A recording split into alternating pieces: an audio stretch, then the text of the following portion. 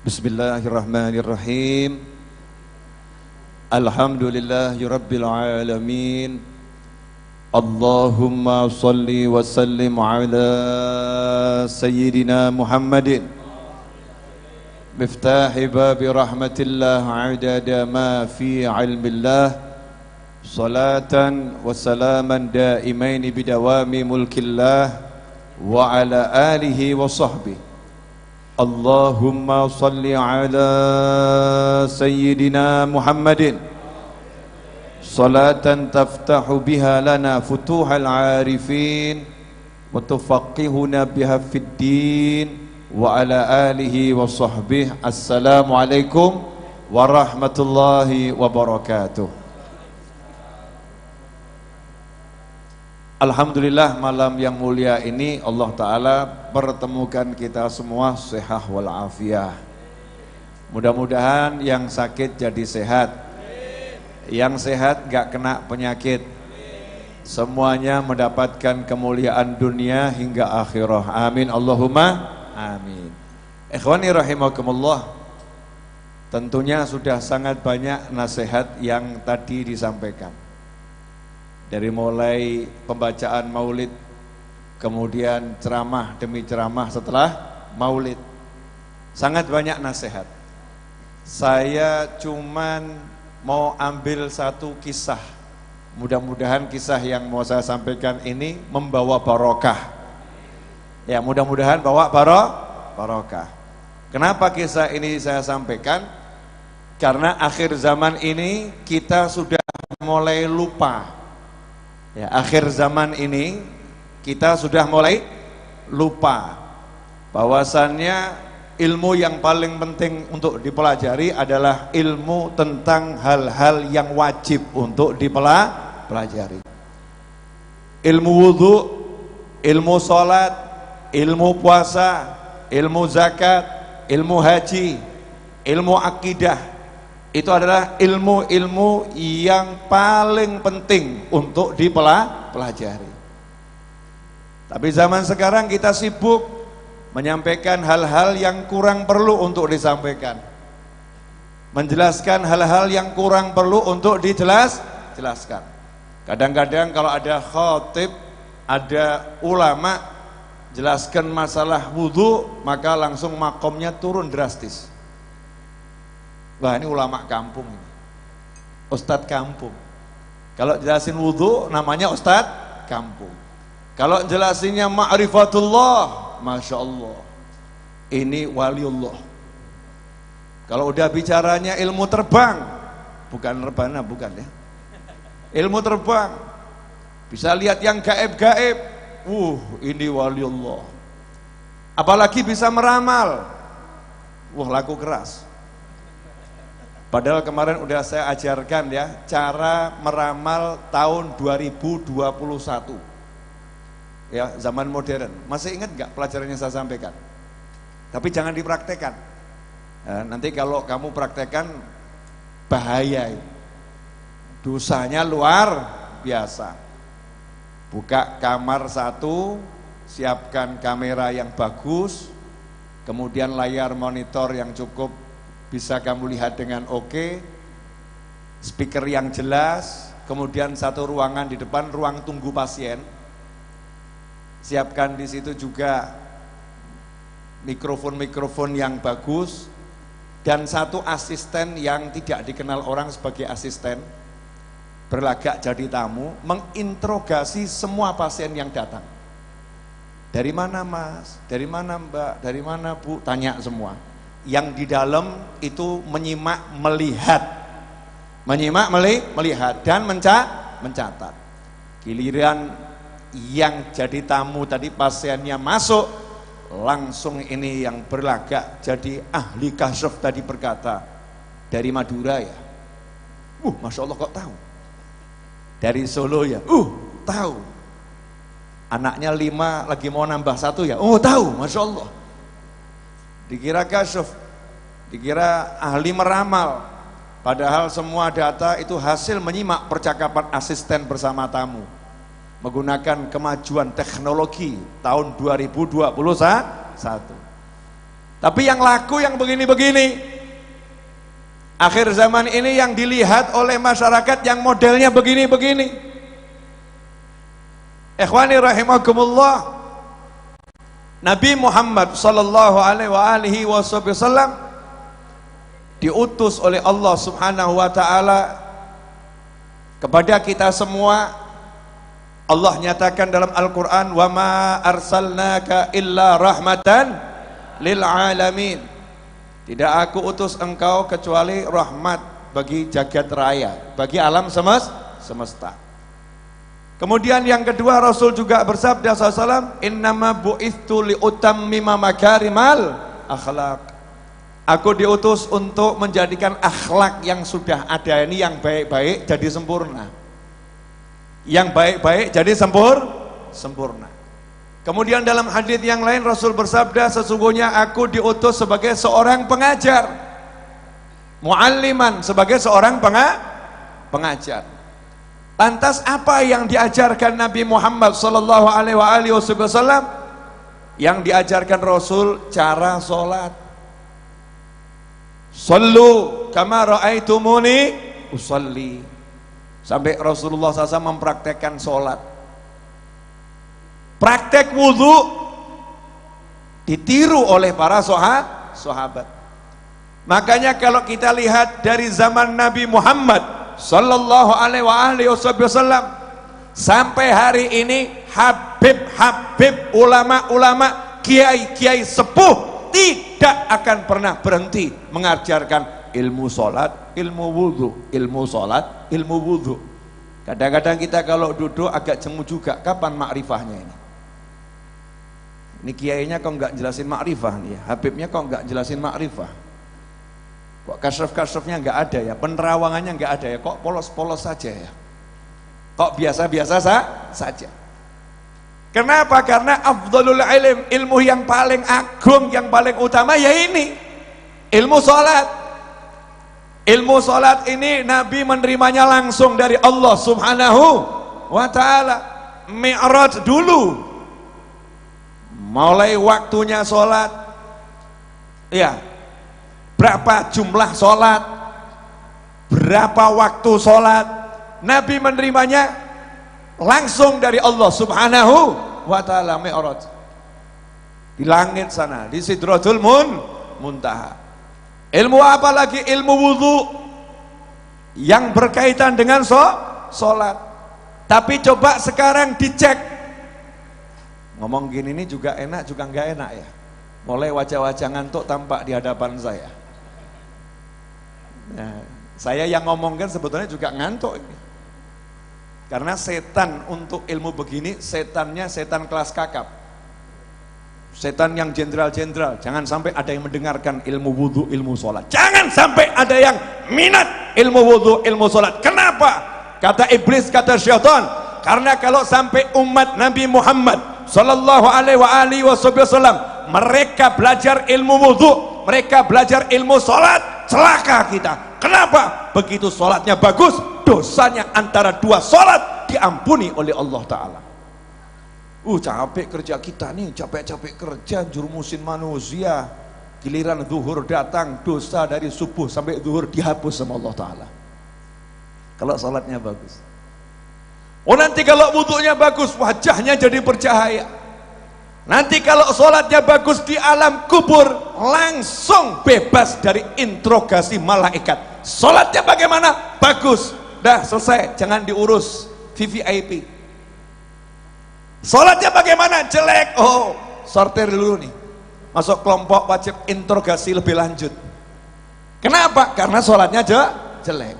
Makanya setan berjuang dengan pasukan yang luar biasa, sebagaimana dikatakan dalam tafsir, aku akan palingkan mereka dari jalanmu yang lurus ya Allah.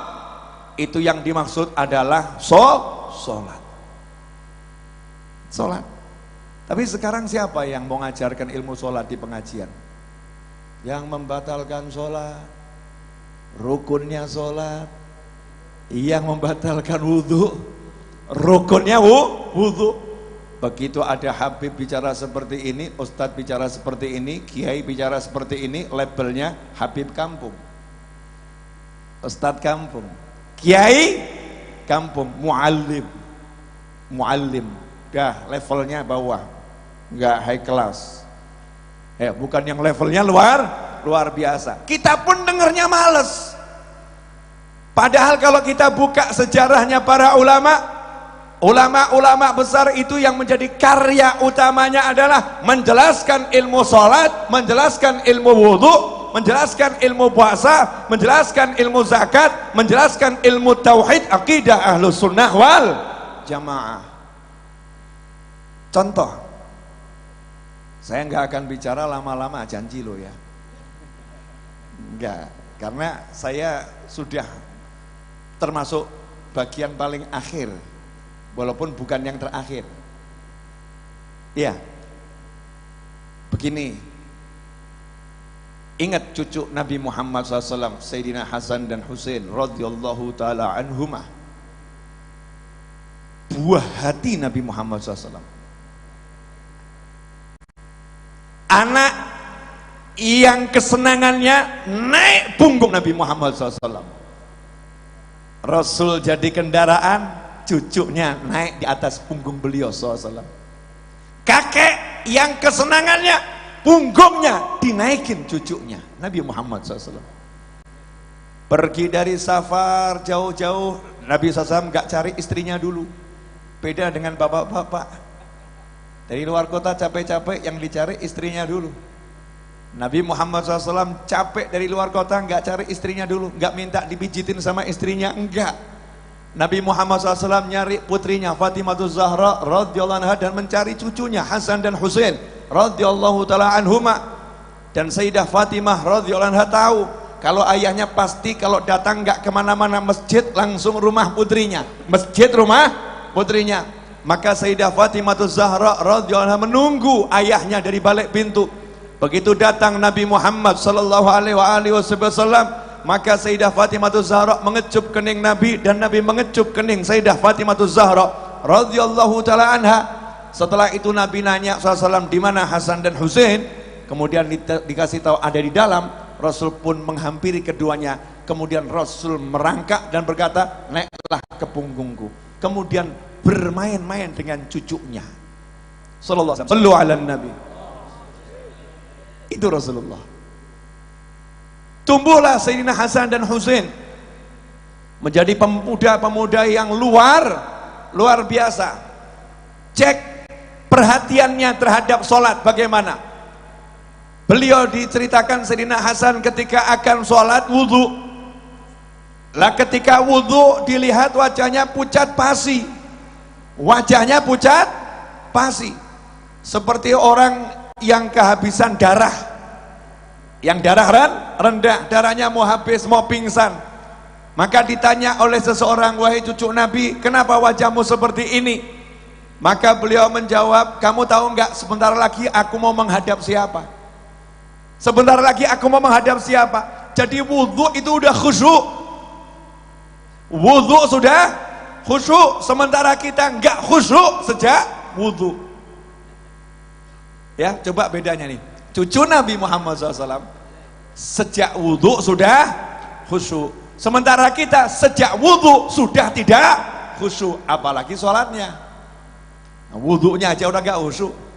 Makanya Al-Habib Ali bin Muhammad bin Husain Al-Habsyi, eyangnya Habib Muhammad bin Husain Al-Habsyi yang duduk di bawah ini, eyangnya beliau, Sohibul Maulid Simtud Durar, Mu'allif Simtud Durar mengatakan, siapa yang pengen khusyuk sholatnya, khusyuk wudhunya. Kalau wudhunya khusyuk, sholatnya akan khusyuk. Kalau wudhunya enggak khusyuk, sholatnya enggak akan khusyuk. Sederhana.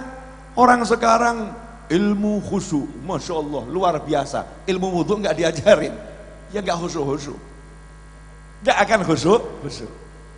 Nah ceritanya di sini. Tadi itu muqaddimah, boleh kan pakai muqaddimah? Ceritanya ini gini loh, cucu Nabi itu perhatiannya sama sholat luar biasa. Sayyidina Hasan dan Husain radhiyallahu ta'ala anhuma masih kecil. Lihat ada bapak-bapak setengah kakek-kakek, kan hobinya ke masjid. Ini cucu Nabi dari kecil kan mainnya di masjid. Sholat ke masjid, otomatis ketika wudhu lihat orang lain yang wudhu. Disitulah kedua cucu Nabi Muhammad SAW memperhatikan ada satu orang tua yang wudhunya nggak beres, wudhunya nggak betul. Maka jadi perhatian, kasihan bapak ini kalau wudhunya salah, wudhunya nggak sah, sholatnya sekhusyuk apapun tidak akan diterima oleh Allah Subhanahu wa Ta'ala. Kalau sholatnya nggak diterima, maka kondisinya di alam akhirat genting, gawat, bahaya luar biasa. Kehidupannya di alam dunia akan penuh dengan hal-hal yang tidak menyenangkan. Kenapa? Innas sholata tanha 'anil fahsya'i wal munkar. Salat itu mampu mencegah dari perbuatan buruk, ya, dan mungkar, keji dan mungkar, dari zina, dari hal-hal yang mendekati zina. Itu kehebatannya sholat. Makanya nih kalau Indonesia pengen orang-orang nggak maksiat, nggak usah repot, ajarin orang sholat. Kadang-kadang kita teriak-teriak jangan mabuk, jangan ini, tapi nggak ngajarin sholat. Jangan zina, tapi nggak ngajarin sholat. Allahnya yang bilang bukan saya. Allah, inna sholata, Allah yang bilang pakai inna sholata tanha. Nanti sholat itu hasilnya ya memang nggak instan ya, sholat atau nggak maksiat, nggak begitu. Makanya tanha, nanti dia akan mencegah seseorang dari perbuatan keji dan mungkar. Kasihan lihat orang tua ini kok sholatnya, wudhunya nggak beres, Apakah cucu Nabi berkata, oh udah tua maklum, kurang lebih? Apakah seperti itu? Tidak. Apakah cucu Nabi berkata, sudah tua kok nggak bisa wudhu, keterlaluan? Apakah seperti itu? Hasya wa kallah, nggak mungkin. Ini dua cucu Nabi hidup di bawah asuhan langsung Nabi Muhammad SAW. Adabani Rabbi fa ahsana ta'dibi.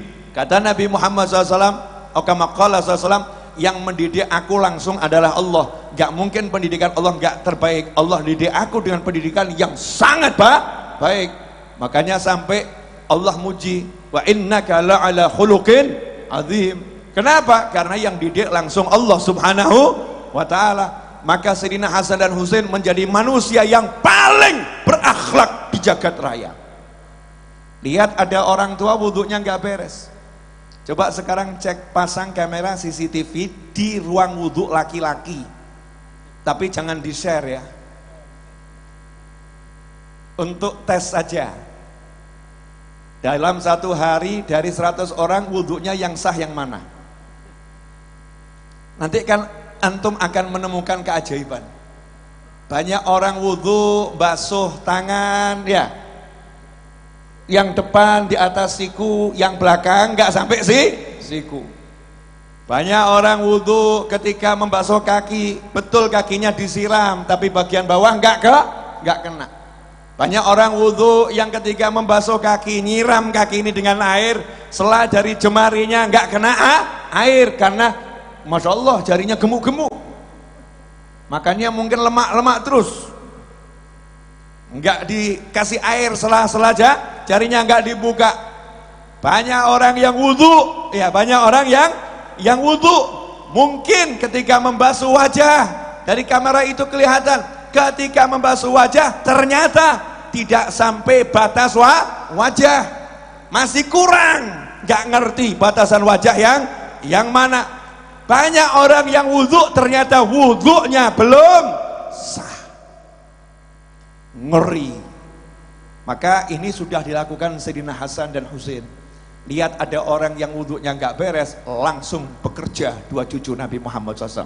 Bukan sibuk update status, udah tua nggak bisa wudhu. Bukan sibuk menjelek-jelekan orang, udah tua kok wudhunya nggak beres. Bukan sibuk mencela sana, mencela sini, tapi yang dilakukan sibuk berpikir bagaimana cara memperbaiki wudhu satu orang ini agar benar sehingga selamat dunia, selamat akhirat. Maka sepakat ini dua cucu Nabi Muhammad SAW. Yuk kita gunakan metode dakwah terbaik. Ud'u ila sabili rabbika bil hikmati wal mau'izatil hasanah wajadilhum billati hiya ahsan. suruh pakai hikmah dan nasihat yang baik. Maka dua cucu Nabi pun berpikir, hikmah yang seperti apa ya? Hikmah yang bagaimana untuk membenarkan cara wudhu orang ini. Maka keduanya bersepakat, kakak adik, yuk dek, yuk kak, kita menghadap orang tua ini, ngangkat beliau jadi juri lomba wudhu kita. Kita berdua lomba wudhu, jurinya bapak yang satu ini. Bayangkan, yang wudhunya amburadul suruh jadi juri, yang wudhunya nggak beres suruh jadi juri. Diangkat, bapak, masya Allah, kami melihat bapak wudhunya bagus, kami ingin bapak jadi juri atas wudhu kami berdua. Siapa yang juara, aku atau adikku, Hasan atau Husain? Lah bapak tadi pun merasa bangga, aku jadi juri untuk anak cucu Nabi Muhammad sallallahu alaihi wasallam.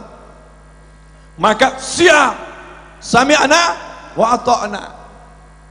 Mulailah Sayyidina Hasan wudhu dengan wudhu yang terbaik, the best wudhu ever in this world.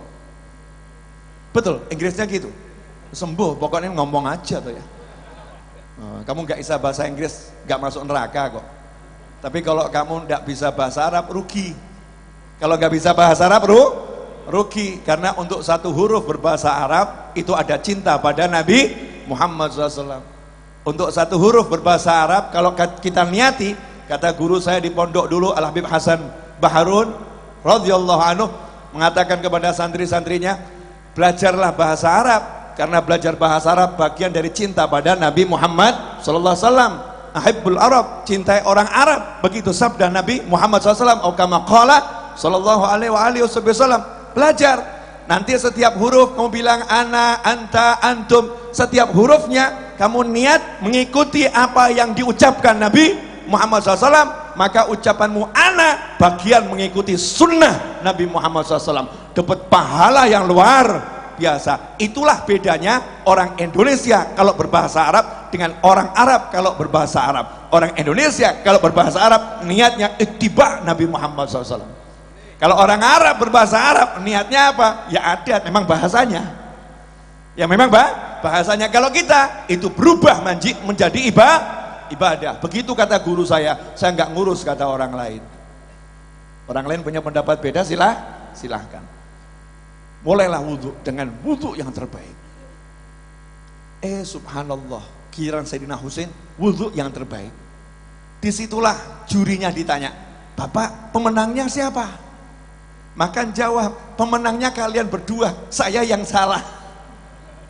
Selama ini wudhu saya nggak kayak kalian, nggak mungkin wudhu kalian salah, nggak mungkin. Yang ngajari langsung Nabi Muhammad SAW, yang ngajari Fatimah Zahra, yang ngajarin Ali bin Abi Thalib, nggak mungkin wudhu kalian salah. Kalau wudhu saya nggak sama dengan wudhu kalian, berarti wudhuku yang nggak beres. Tolong diulangi lagi, saya mau belajar.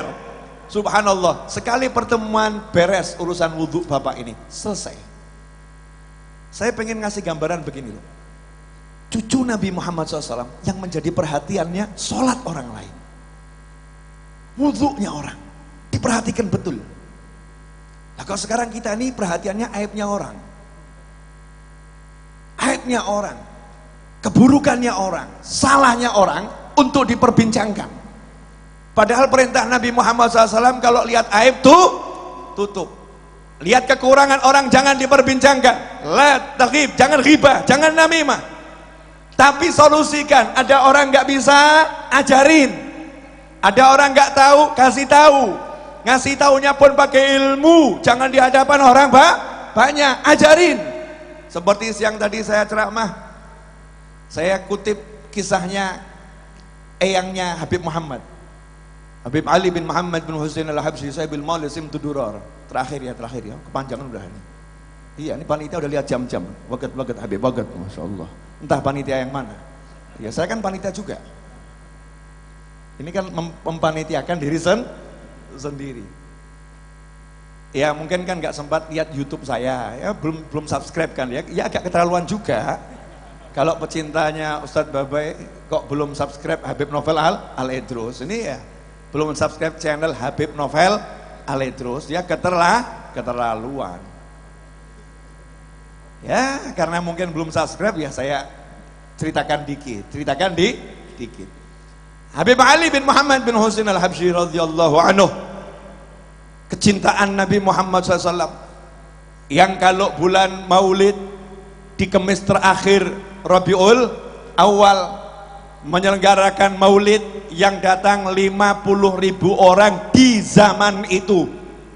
100 tahun lebih yang lalu Hadramut, gak ada pesawat, gak ada WhatsApp, gak ada Facebook, gak ada Instagram, gak ada YouTube, gak ada mobil, gak ada motor, jalan kaki atau naik onta atau naik keledai atau naik kuda. Kalau laut nyebrang naik perahu, naik kapal. Gak ada publikasi. Setiap tahun yang datang 50.000, padahal warga Hadramut gak sampai 50.000. Allah yang menggerakkan. Subhanallah, itu Maulid Kemis terakhir sempat dipindah ke Indonesia sama Habib Ali Habsyi. Atas perintah Habib Ali kepada Habib Muhammad bin Idrus al-Habsyi, Ampel Kubah, menantunya Habib Muhammad bin Ahmad al-Muhdar. Nah, diselenggarakan di Empang Bogor. Setelah itu dilanjutkan oleh Habib Ali bin Husain al-Atas Bungur. Kemudian dilanjutkan, diserahkan kepada Habib Ali Kuitang, yang penerusnya hadir di majelis ini, namanya juga Ali. Datangnya tadi sembunyi-sembunyi, tapi kegantengan wajahnya susah disembunyikan. Ya, Habib Ali Kuitang al-Habsyi bro, lain al-Habsyi. Di depan saya al-Habsyi soalnya. Saatnya Al-Idrus merendah. Ya, karena tadi yang ceramah sebelum saya Al-Idrus. Enggak enak Al-Idrus lagi ini kan ya, Al-Idrus. Al-Habsyi. Masya Allah. Saat itu kita tahu Habib Ali Habsyi ini tokoh internasional dan interakhirat, yang mana Syekh Abdul Qadir Al-Jilani radhiyallahu taala anhu berkata kepada Habib Ali Habsyi dalam pertemuan ruhaniyah, entah mimpi entah ketemu langsung, wahai Ali, tolong sebut-sebut aku di majelismu. Syekh Abdul Qadir Al-Jilani radhiyallahu anhu minta disebut-sebut oleh Habib Ali Habsyi di majelisnya. Maka Habib Ali langsung membaca manaqibnya Syekh Abdul Qadir Al-Jilani setiap hari sampai khatam. Dan bayi yang lahir kalau minta nama pada waktu itu setelah pertemuan tersebut, minta nama laki-laki dikasih nama Abdul Qadir. Dua diantaranya adalah Habib Abdul Qadir bin Ahmad As-Segaf Jeddah, yang menjadi paulita mercusuar Alawi, Thariqah Alawiyah. Dan satu lagi adalah Habib Abdul Qadir bin Abdurrahman As-Segaf yang wafat di Solo, meninggal sholat Jumat dalam keadaan sujud sebagai imam dan sujud yang terakhir, dan ngasih tahu keluarganya, aku berangkat ke masjid tidak akan kembali lagi, aku akan meninggal dunia, maafkan semua salahku. Dan punya anak di Solo namanya Habib Syekh bin Abdul Qadir As-Segaf. Nah, abahnya juga ngasih namanya kan keren ya. Bapaknya namanya Abdul Qadir, ngasih anak cukup Syekh. Karena kalau disambung Syekh Abdul Qadir. Cerdas bapaknya. Oh iya, cucu Nabi. Beda bro, beda. Kamu kalau nganggap cucu Nabi sama itu ya ngawur. Beda. Burung perkutut yang suaranya merdu saja keturunannya mahal kok. Kuda Australia saja itu bibitnya mahal. Michael Jackson saja itu spermanya ditaruh di itu apa nama ada tuh kan ya, bank sperma ya, dijual mahal. Kenapa? Suaranya merdu. Oh, cucu Nabi kok kamu anggap sama ya, kadang-kadang yang nggak jelas nih kepala siapa gitu, nggak jelas. Cucunya kiai besar beda, cucunya orang soleh itu punya sesuatu yang beda. Jangan disamakan dengan kita yang salah-salah ini. Oh, kita ini kan minat salahin, pengen solihin, betul kan ya? Masih makom salah ngaku aja, makom salah. Muliakan orang-orang yang soleh, nanti baru kita bisa jadi soleh. Habib Ali Al-Habsyi yang makomnya luar biasa. Dengar di satu desa ada kepala suku, yang kepala sukunya ini pasukannya hebat, kepala sukunya ini kekuatannya luar biasa, prajuritnya top. Salah dikit, kalau kata anak-anak muda zaman sekarang, senggol bacok. Sadis atau enggak sadis tuh? Sadis. Artinya kepala suku bener. Kan biasa tuh perang antar suku karena orangnya kereng-kereng. Tapi kepala suku yang satu ini cinta agama, cinta Islam. Dia jadi guru ngajar padahal nggak punya ilmu. Masya Allah. Problem atau enggak problem? Problem atau enggak problem? Kepala suku jadi guru. Problem atau enggak problem? Problem kalau enggak punya ilmu. Tapi kan niatnya baik, senengnya ilmu. Masya Allah. Daripada kamu jelas ahli ilmu gak suka ilmu. Naudzubillah min dzalik. Ini orang sukanya ilmu, cuman masalahnya belum cukup ilmu. Ngajarin Al-Fatihah gak beres, ngajarin sholat gak beres. Apakah Habib Ali Habsyi kemudian buat surat pengumuman ke seluruh negeri, jangan ikuti kepala suku yang satu itu sholat yang gak beres? Apakah Habib Ali Habsyi kemudian menjelek-jelekkan kepala suku tersebut dan mengatakan ini kepala suku dah nggak usah ngajarin orang sholat, kepala suku dah jadi kepala suku saja? Apakah seperti itu? Hasya wa kalla. Beliau ulama, tugasnya menjadikan orang yang bodoh menjadi berilmu, orang yang jahat menjadi budiman. Itulah ulama.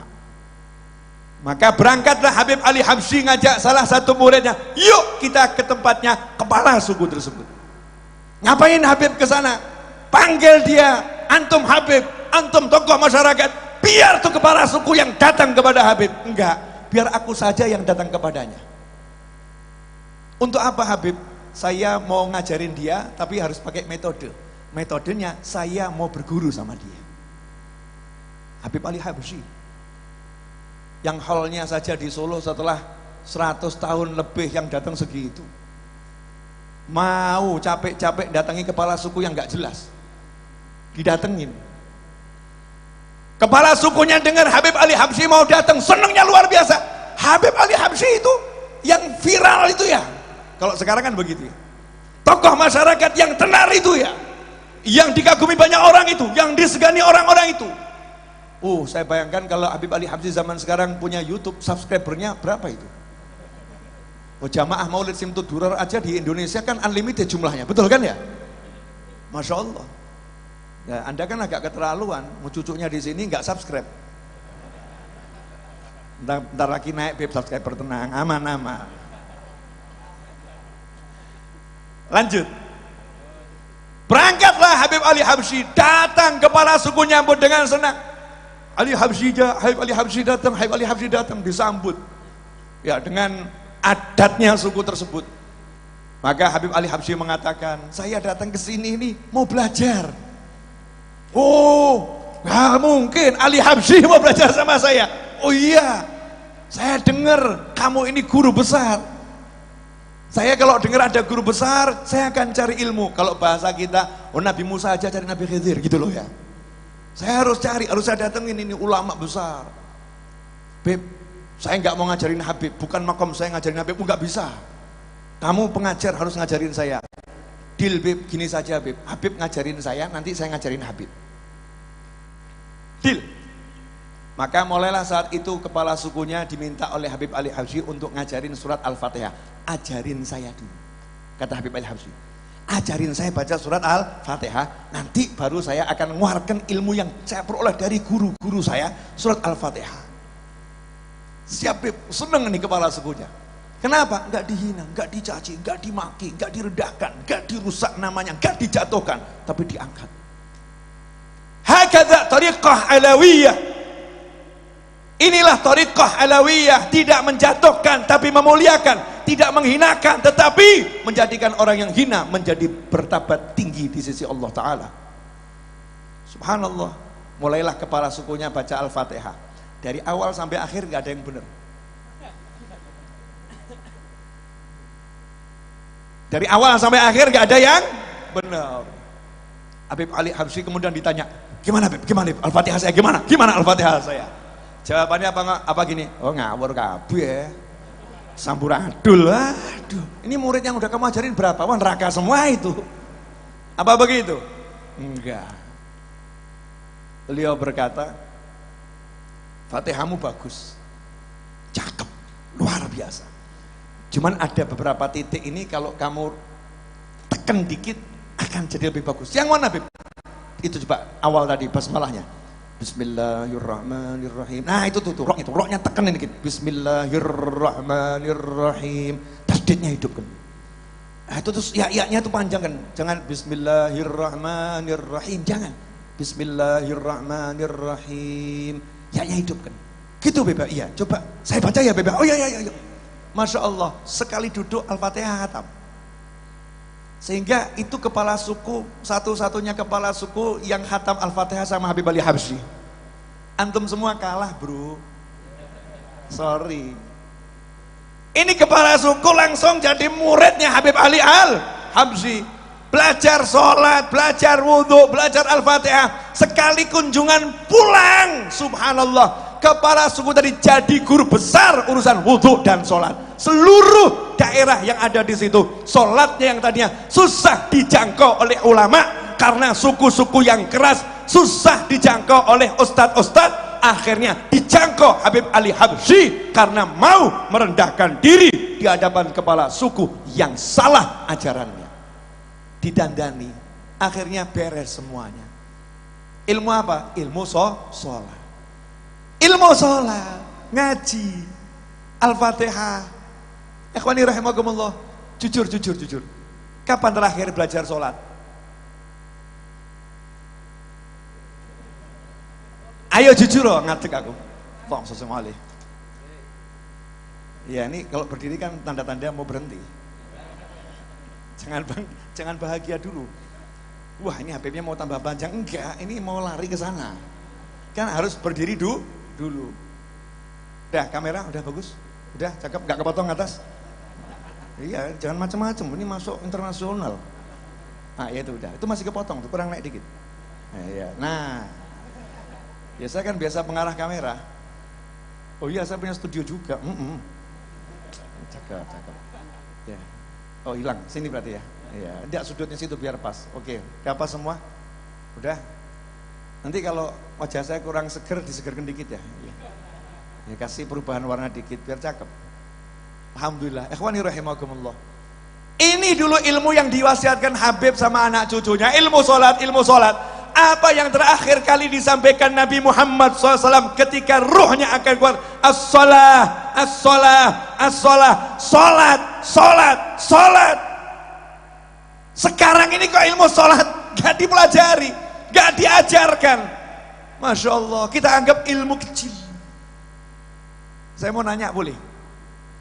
Kalau misalnya ada peraturan begini, siapa sholatnya bagus, masuk bandara, tidak perlu bayar tiket, langsung dapat kelas VVIP, dan nanti dapat kursi yang terbaik. Belajar sholat nggak? Pengen terbang ke luar negeri, keluar pulau, atau keluar kota? Ada tambahan informasi di bandara, siapa yang sholatnya bagus, dapat pelayanan VVIP, nggak perlu bergerak, tapi digerakkan. Paham maksudnya enggak?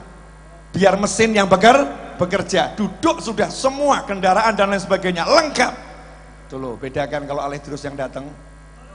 Allahumma sholli alaihi. Lain tuh. Kalau alih terus bicara tuh alih terus juga datang nanti. Masya Allah. Ini lengkap nih alih terus kumpul nih. Allahumma sholli alaihi. Allahumma sholli wa sallim alaihi. Syair dan pantunnya udah lama tak kita dengarkan saudara-saudara. Sholat, ilmu sholat. Makanya nanti pulang dari sini cek sholat kita. Kenapa? Ini urusannya bukan masalah dapat pelayanan VVIP di bandara, tapi disampaikan oleh Nabi Muhammad sallallahu alaihi wasallam, yang mana Rasul kalau berbicara bukan dari hawa nafsunya, berbicara dari wahyunya Allah Ta'ala, gak mungkin salah, pasti benar, dan itu janji yang pasti akan terpenuhi. Siapa yang sholatnya bagus, nanti di alam kubur pertama kali ditanyakan tuh sholatnya. Siapa yang sholatnya bagus, amalan yang lain gak ditanya. Ajib ya. Jadi puasa kita gak akan ditanya, zakat gak ditanya, haji gak ditanya, zikir gak ditanya, asal sholatnya bagus. Artinya begitu sholatnya bagus, kelas akhiratnya VVIP. Kalau begitu belajar sholat ini penting atau super penting? Tolong dijawab jujur di hati masing-masing. Kapan terakhir kali ngecek sholat anak kita? Ya, sholat atau tidak? Ya, tapi benar atau enggak sholatnya? Baca Fatihahnya. Kalau udah tadi subuh ngecek, alhamdulillah. Yang belum, kapan terakhir kali duduk panggil anak-anak baca Fatihah? Bapak mau dengar. Istri panggil, baca Fatihah, aku mau dengar, baca Fatihahmu. Kenapa? Jangan nanti aku mau masuk surga kamu eret-eret. Ya Allah, itu suamiku masuk surga, aku nggak ridho. Kenapa nggak pernah ngajarin aku sholat? Nggak pernah ngajarin aku baca Al-Fatihah. Enak-enak dia masuk surga, aku neraka. Nggak boleh ya Allah, dia harus ikut aku neraka. Ngeri atau nggak ngeri? Udah di dunia buat susah, di akhirat nyebelin pula. Naudzubillah min dzalik. Beda kalau istri solihah. Kalau istri solihah, suaminya jalan masuk surga, dia di belakang mengantarkannya. Ya Allah, inilah imamku. Ya Allah, inilah imamku. Ya Allah, inilah imamku. Oh Masya Allah. Itu kalau istri solihah. Dan juga suami yang soleh. Pulang dari sini, saya, antum, kita semua punya tanggung jawab untuk cek sholat kita, ilmu sholat. Kalau nggak tahu rukunnya sholat, bagaimana bisa sholatnya bagus? Kalau nggak tahu mana yang membatalkan sholat, bagaimana bisa yakin sholatnya sah? Kalau nggak tahu syarat sahnya sholat, bagaimana bisa dipastikan sholatnya sah? Berarti selama ini kita ngelamun atau ngelamun? Ngelamun ya? Oke, dah cukup itu dari saya. Jazakumullah khairan. Mudah-mudahan pesan tadi nyampe kepada semua pemirsa dimanapun berada. Tolong sampaikan ke keluarganya. Gak usah belajar ilmu yang muluk-muluk udah, tapi belajar ilmu yang paling muluk. Gak usah belajar ilmu yang tinggi-tinggi, tapi belajar ilmu yang tertinggi, ilmu sholat. Itu ilmu yang paling tinggi. Wasiatnya Rasul SAW sebelum meninggal dunia. As-sholat, as-sholat, sholat, sholat. Terima kasih. Mohon maaf. Jazakumullah khairan. Wal afu minkum wa sallallahu ala sayyidina Muhammadin wa alihi wasallam walhamdulillahi rabbil alamin. Wassalamualaikum warahmatullahi wabarakatuh.